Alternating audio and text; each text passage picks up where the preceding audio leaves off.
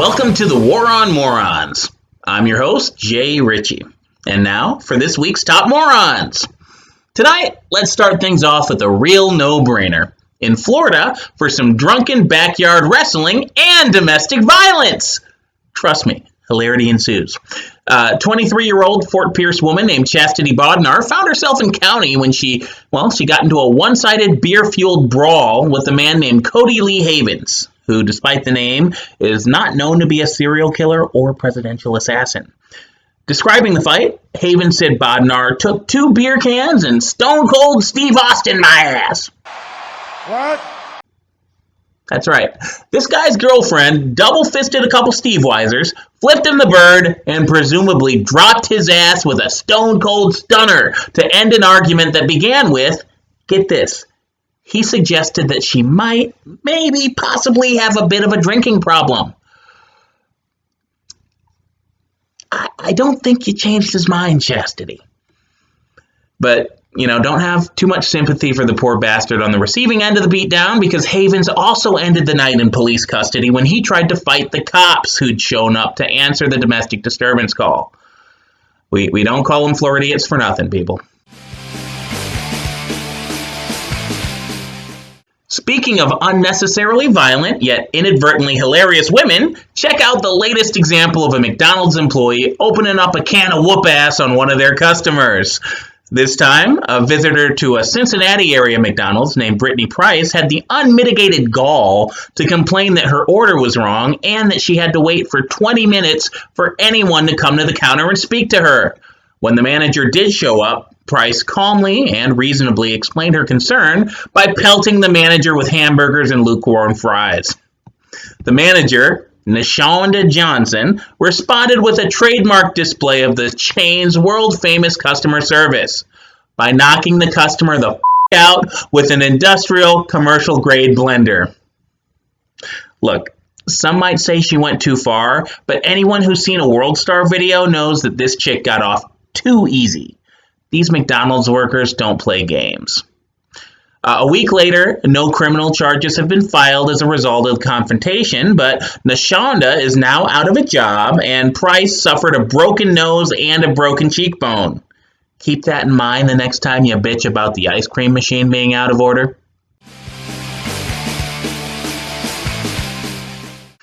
Now, if you think that gender politics are a dumpster fire in 2019, this story out of England might pour a little more nightmare fuel on the flames.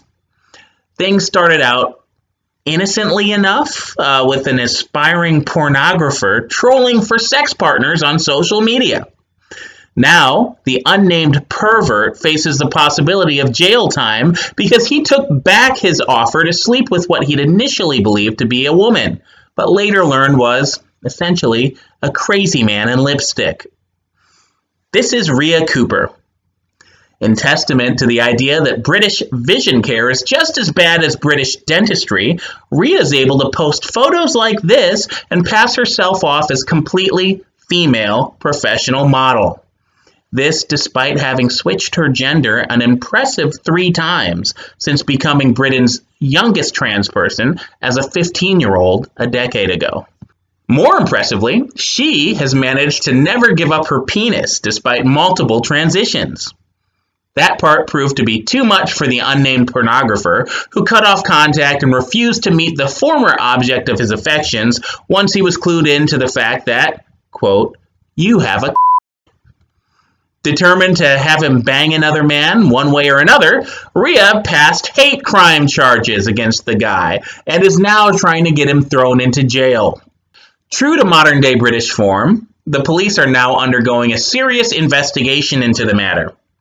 Look, we could go on and on about how a growing group of mentally ill weirdos are trying to subvert Western culture, and we could point out that this case is tantamount to a rapist demanding his victim's consent, but modern-day problems require modern solutions. Guys, are you too fat, too poor, too ugly to get laid? Go buy a wig and say you identify as a lesbian. You're welcome, fellas. In a related story, Alleged actress Jamie Lee Curtis came under fire for a quickly deleted tweet in which she criticized the president for the manner in which ISIS leader Abu Bakr al-Baghdadi was killed last weekend. The star of the Halloween franchise tweeted that al-Baghdadi suffered when he allegedly blew up himself and his 3 children serving as human shields during a raid by American forces. Talk about hypocrisy. No, not just because Curtis has such sympathy for the murderous leader of a terrorist group that has slaughtered innocent men, women, and children en masse, kidnapped women and sold them as sex slaves, harvested human organs and tortured enemies and its own soldiers alike. I'm talking about the balls it takes to say anything about this after everything she did to Michael Myers. It's like 3 days after Halloween, Jamie Lee. Do you really think we'd let this one slip past us? And for our final story of the evening, we turn to the burgeoning meme of supposedly racist white women calling the police on minorities for harmless everyday activities. Given colorful nicknames and quickly thrust into the spotlight, more and more of these characters seem to be going viral every week. And frankly, it's starting to feel more like media hype than societal trend. I mean, first there was Barbecue Becky, who dialed 911 when a black family was grilling in a public park. And as soon as that story died down, Permit Patty made the news when she tried to have an 8-year-old girl arrested for selling water outside of a baseball park. Then it was Corner Store Caroline and Golf Cart Gail, and just when you thought they'd run out of cheeky, alliterative nicknames, in steps Samantha Louise Ellie, now better known as Swing Set Susan. The 38-year-old Texan cranked things up a level 2 weeks ago when she impersonated the police while attempting to evict a group of Hispanic teenagers from a public playground. In a minute-long video that has Facebook and Twitter buzzing once again, she calls herself the PD and unlaces a profanity-laced tirade while threatening to arrest the 16-year-olds at Dream Park in Fort Worth. Joining us now to give her perspective on all this is Plano, Texas resident Llewellyn Henderson, or as they're calling her online, Trick or Treat Trisha. Good evening, Llewellyn. How are you? I'm just peachy. Now, we'll get to your story in a moment, but first I understand you want to chime in about the Swing Set Susan incident in Fort Worth? Yeah, well, obviously she was just trying to clean up our community. I don't know who'd have a problem with that. Hey, I'm right with you there, Llewellyn, but let's be fair. Did you see the video? I mean, she pretended to be a police officer, and she acted in a pretty intimidating manner. What, you've never heard of a citizen's arrest? For what? For goofing around on a playground? Potato, potato. Tell them to call their fucking abogado.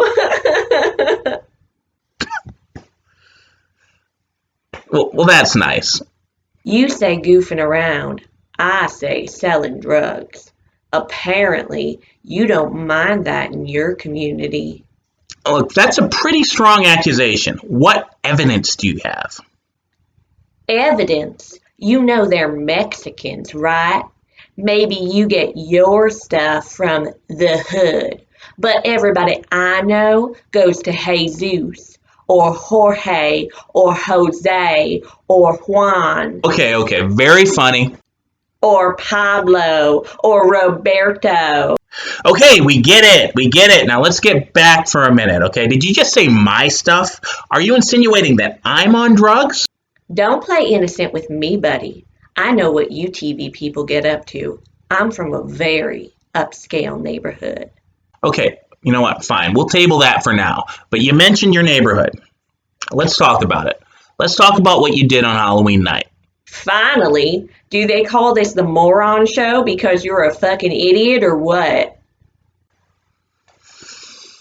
So, you live next door to, let's just go out and say it. You live next door to a homosexual couple, Mark and Bruce Paxson. Now, how long have they been your neighbors? Since they got married last year. Like, what's the point of that anyway? Would it be fair to say that you didn't feel comfortable with the Paxtons celebrating Halloween this year? It's a free country, apparently.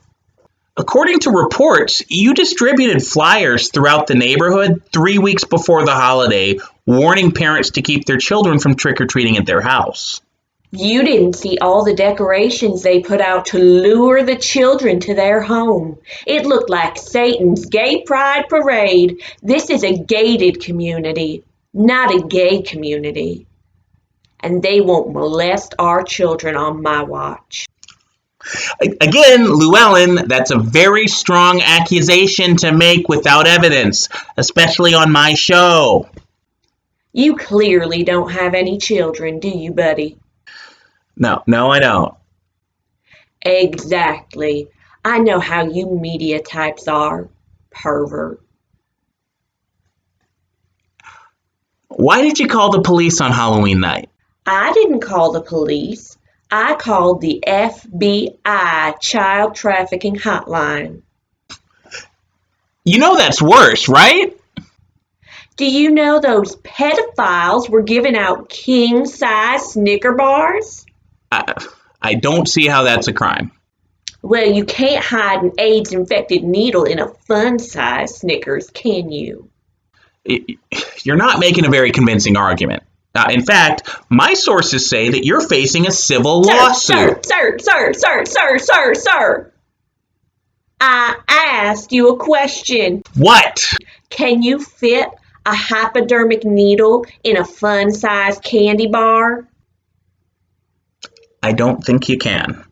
I'll rest my case. They're trying to kill our children. I, as a mother, will not idly stand by while the homosexual child molesters move into our communities and try to lure our children into the palace of pedophilia with their inflatable jack-o'-lanterns and haunted garage and buckets of sweets and sexually transmitted social diseases. I have motherly instincts and I trust them more than you morons on the Moron Show. Goodbye. All right, goodbye, Llewellyn. All right, well, that's it for tonight's War on Morons. We'll see you next week.